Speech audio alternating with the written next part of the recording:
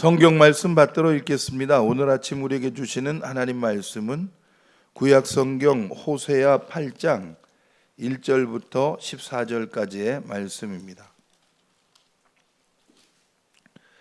호세아 8장 1절부터 8장 끝절 14절까지의 말씀입니다. 제가 가진 성경으로 구약 1262쪽에 있습니다. 호세아 8장 교독을 하겠습니다. 마지막 14절은 함께 읽겠습니다.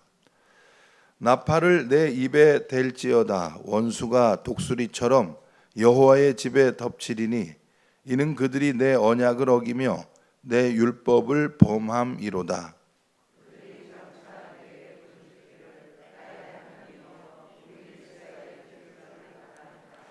이스라엘이 이미 선을 버렸으니 원수가 그를 따를 것이다.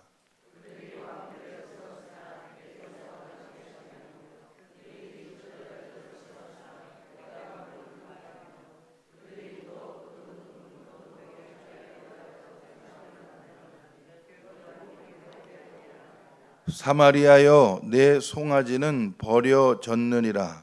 내 진노가 무리를 향하여 타오르나니 그들이 어느 때에야 무죄하겠느냐.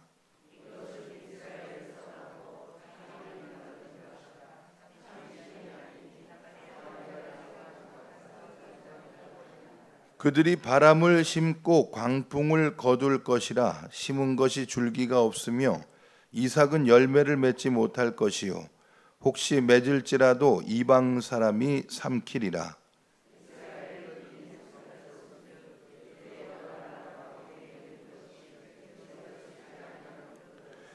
그들이 홀로 떨어진 들나귀처럼 아수르로 갔고 에브라임이 값주고 사랑하는 자들을 얻었도다.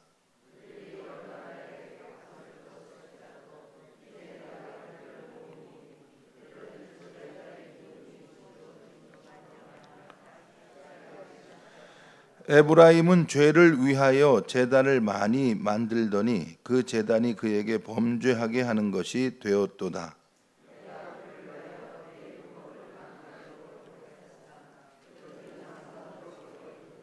그들이 내게 고기를 제물로 드리고 먹을지라도 여호와는 그것을 기뻐하지 아니하고 이제 그들의 죄악을 기억하여 그 죄를 벌하리니 그들은 애굽으로 다시 가리라. 이스라엘은 자기를 지으신 이를 잊어버리고 왕궁들을 세웠으며 유다는 견고한 성읍을 많이 쌓았으나 내가 그 성읍들에 불을 보내어 그 성들을 삼키게 하리라. 아멘. 인사 나누시겠습니다. 6월 13일 화요일 이 귀하고 복된 아침에도 우리 주 예수 그리스도의 은혜와 평강이 여러분과 함께 하시기를 바랍니다. 주변에 계신 분들과도 밝은 표정으로 손하트로 골고루 인사 나누시겠습니다. 사랑합니다. 축복합니다. 잘 오셨습니다. 참 반갑습니다. 건강하시고 평안하시기 바랍니다. 오늘 6월 13일 호세아 8장의 말씀으로 죄를 위한 제단이라는 제목의 은혜를 나누겠습니다. 죄를 위한 제단, 오늘 본문 11절에 나오는데요. 11절 말씀 같이 한번 읽어보겠습니다. 시작. 에브라임은 죄를 위하여 제단을 많이 만들더니 그 제단이 그에게 범죄하게 하는 것이 되었도다. 아멘. 에브라임, 북이스라엘은 죄를 위한 제단을 많이 세웠다.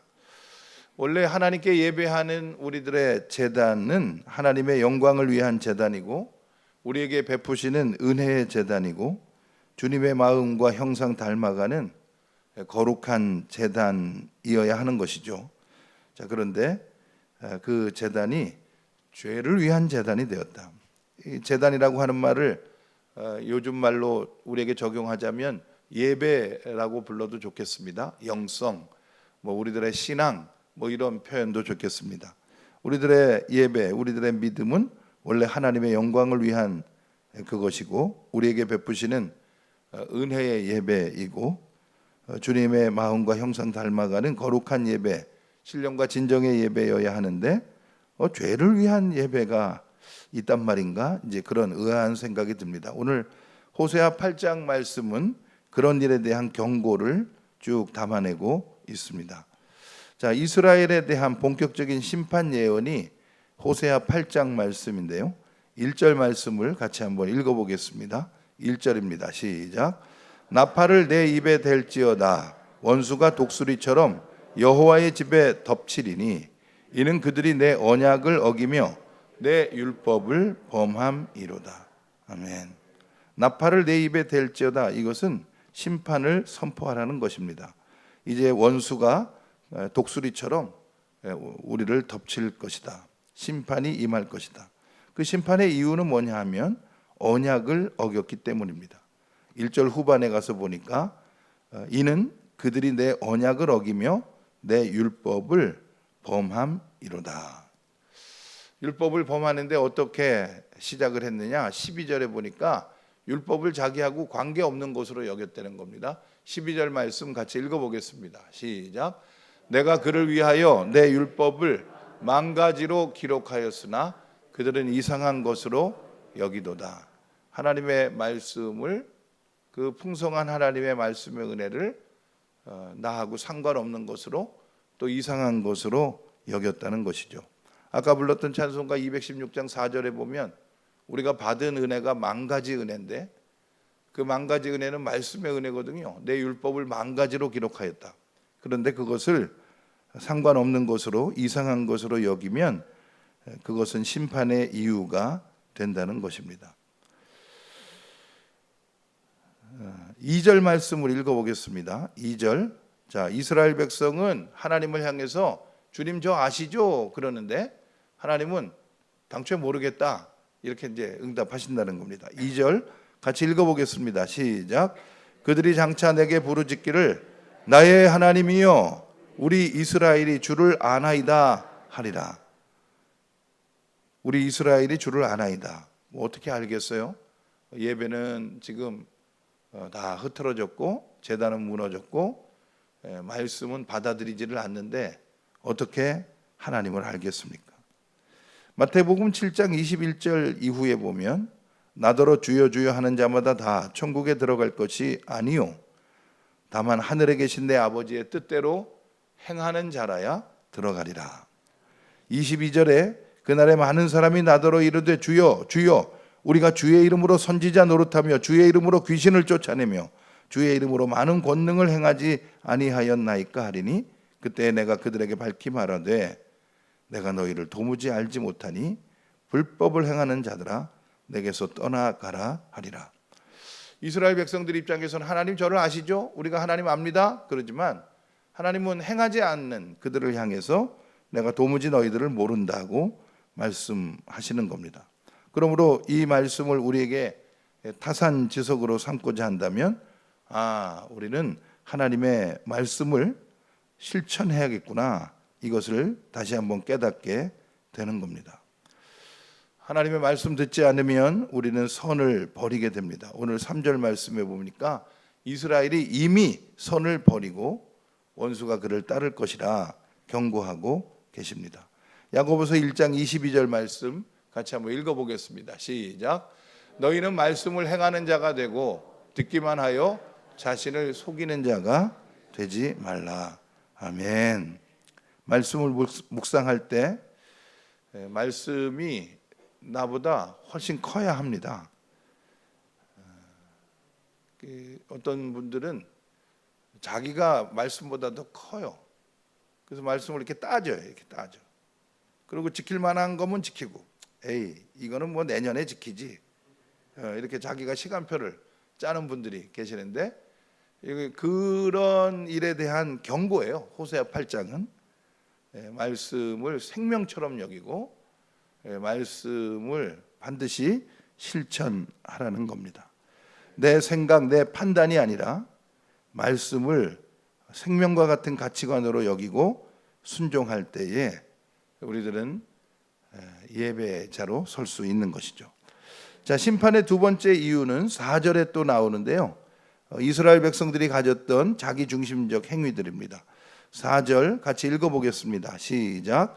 그들이 왕들을 세웠으나 내게서 난 것이 아니며 그들이 지도자들을 세웠으나 내가 모르는 바이며 그들이 또 그 은금으로 자기를 위하여 우상을 만들었나니 결국은 파괴되고 말리라. 아멘. 그들이 왕들을 세웠으나 내게서 난 것이 아니다. 그들이 지도자를 세웠으나 내가 모르는 이들이다. 이렇게 말씀하시는 겁니다. 이스라엘의 왕이 18명인데요. 이스라엘 왕 18명 중에 그들이 왕들을 세웠으나 내게서 난 것이 아니다 라는 말에 해당하는 왕이 16명입니다. 그러니까 맨 앞에 여로보암과 예후 그 둘에게만 하나님이 기름 부어 세우라고 말씀을 하셨고, 그 다음 16명은 모두 반란을 일으키고 자기들의 이 무력을 이용해서 왕위를 찬탈하는 사람들이에요. 그러니까 자기 뜻대로 왕이 된 사람들이죠. 그러니까 그들에게 왕이 있지만 내게서 난 것이 아니다. 하나님은 그렇게 말씀하시는 겁니다. 자기 뜻대로 자기 마음대로 자기에게 이제 무력이 있으니까 정적들을 해치우고 왕이 된 그런 일들이 지금 북이스라엘에 만연하고 있는 겁니다. 죄다 자기 뜻대로 자기 마음대로 살아가는 거죠. 사사기 맨 마지막 말씀처럼 왕이 없으니까 자기 소견에 오른 대로 행하게 된 겁니다. 자, 이것들에 대한, 이런 일들에 대한 하나님의 경고가 4절 말씀인 것이죠. 너희들이 시스템으로는 국가 시스템을 갖추고 있는 것 같지만 다 자기 마음대로 살고 있지 않냐? 이게 나라냐? 이렇게 질문하고 계시는 거죠. 하나님이 다스리시고 하나님의 다스리신 가운데 백성들이 순종하고 그 하나님의 그 법 가운데서 믿음으로 기도로 지도자를 세우고 우리가 이렇게 살아가야 거룩한 나라가 되는 줄로 믿습니다. 우리 한 사람 한 사람은 자기 마음 자기 뜻대로가 아니라 하나님 뜻대로 살아가야겠습니다.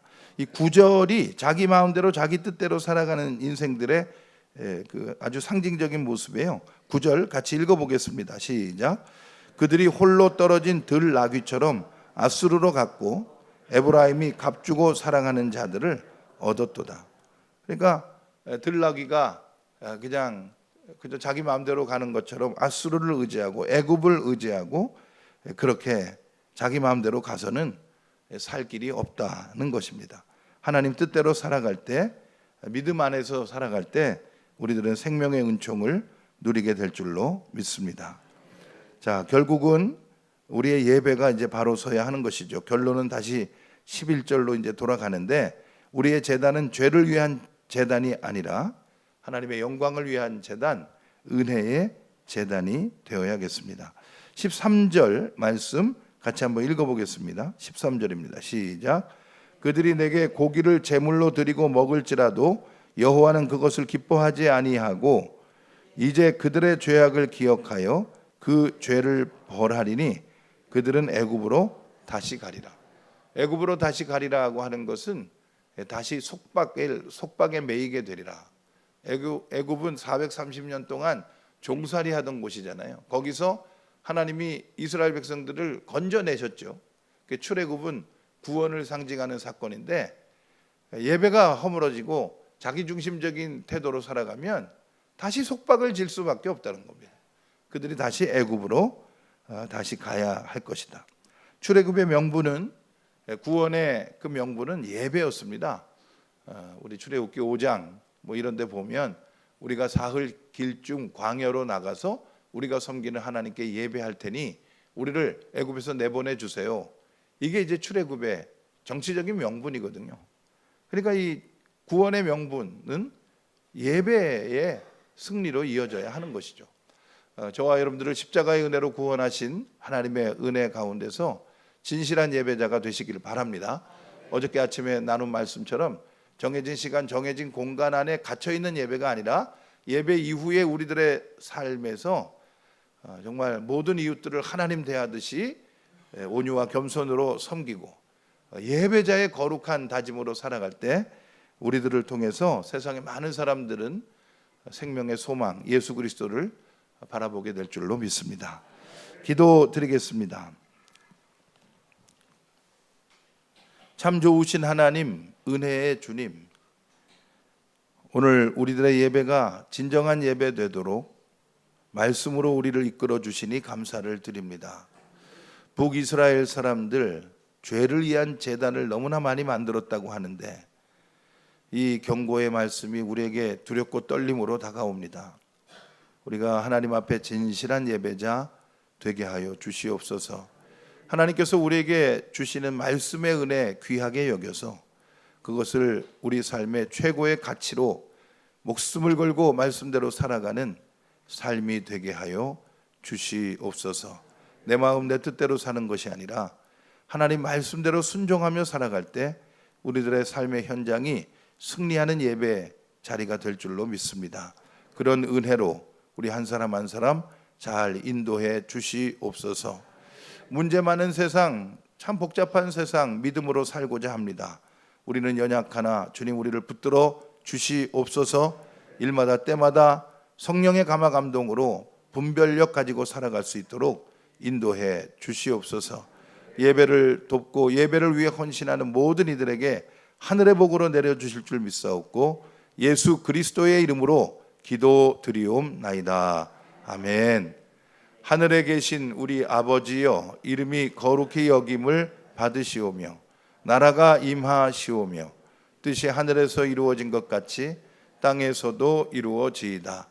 오늘 우리에게 일용할 양식을 주시옵고 우리가 우리에게 죄 지은 자를 사하여 준 것 같이 우리 죄를 사하여 주시옵고 우리를 시험에 들게 하지 마시옵고 다만 악에서 구하시옵소서. 나라와 권세와 영광이 아버지께 영원히 있사옵나이다. 아멘.